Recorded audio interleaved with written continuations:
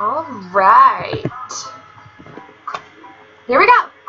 Do I look like a vlogger? Because that's the goal. I'm not a vlogger. Whatever. We'll do this. Once upon a time. Hashtag story time. 2 years ago on Valentine's Day, my husband and I had a lovely Valentine's Day date.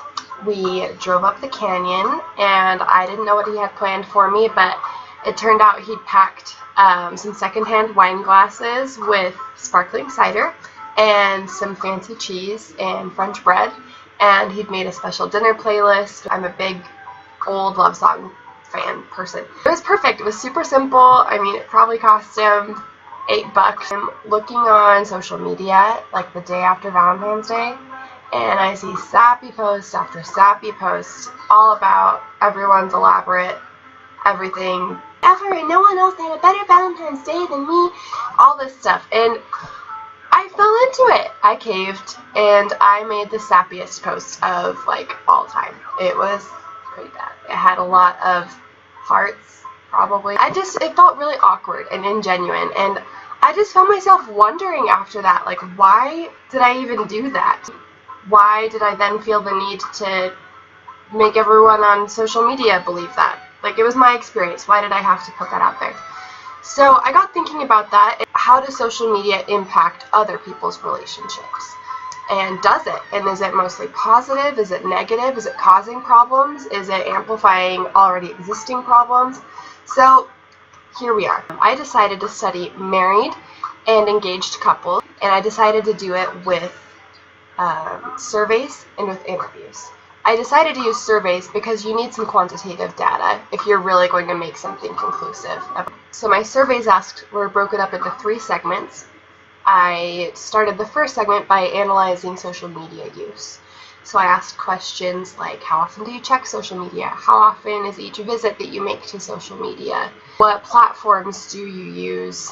How often do you post compared to just looking at other people's stuff? Things like that, and how much time they were spending.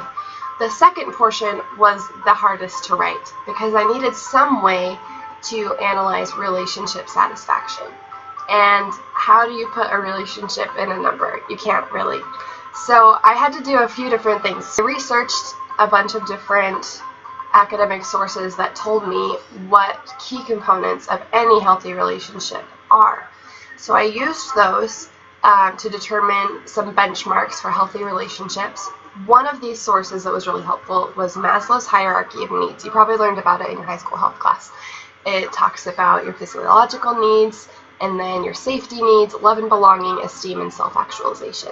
So that research has been applied to marriage as well. So I used questions designed after each of those 5 categories to help me put together a benchmark system for rating relationships. Through the process of doing the analysis, I created a numerical system with which to create an overall composite relationship score per respondent in my survey.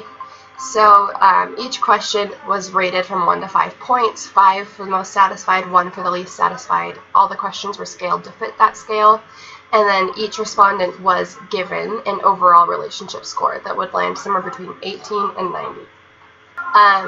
Then I exported that into an Excel sheet. I created a correlation analysis chart that looks really big and scary, and I used that to look at R value and P value. I had about 100 respondents to my survey, and I interviewed 11 people.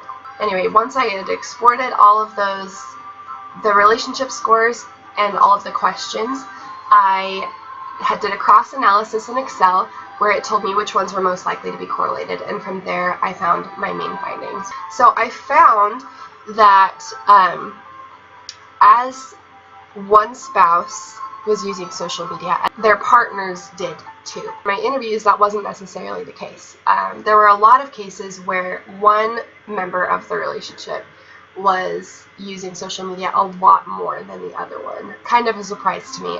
My other key finding, this is like the big one, is that there was a negative correlation where the more time that the respondents spent on social media, the less happy they were in their relationship. That's big. That's really big. What that means is that the more you're spending time on social media, the more of a negative effect it's going to have on your relationship rather than a positive. I was surprised that in my interviews, a lot of the negative things people brought up were different from what I anticipated it would be. For example, an LDS bishop I interviewed talked about how infidelity is so much easier now with social media. Someone else brought that up too. A lot of people brought up honesty and trust as being a really key issue, and how social media affected their relationship with each other.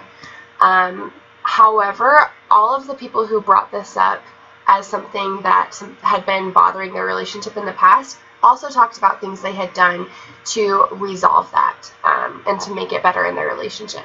For example, one couple, Jeremiah and Jamie, talked about how just in the last few weeks they've been changing their social media schedule to where they're only on it, he's only on it when he's with her, and they try to do it together if they're going to do it, and they're cutting back a lot on the time they spend there, and they've been a lot happier since then. A lot of people, I was also surprised to hear them say that they loved all the positive things about it. I didn't really expect to hear anything positive, to be honest, but people talked about how it's great for connecting with people. It can be a great way to lift up other people, to spread positivity. And I found that people just felt like as long as they had a plan, as long as they had a relationship of trust, and the way they use social media fit that, then they were happy with how they used social media, and it wasn't bothersome if they had it under control. Thanks for watching my fake vlog, and I hope you have a marvelous day, and don't forget to be careful with your social media.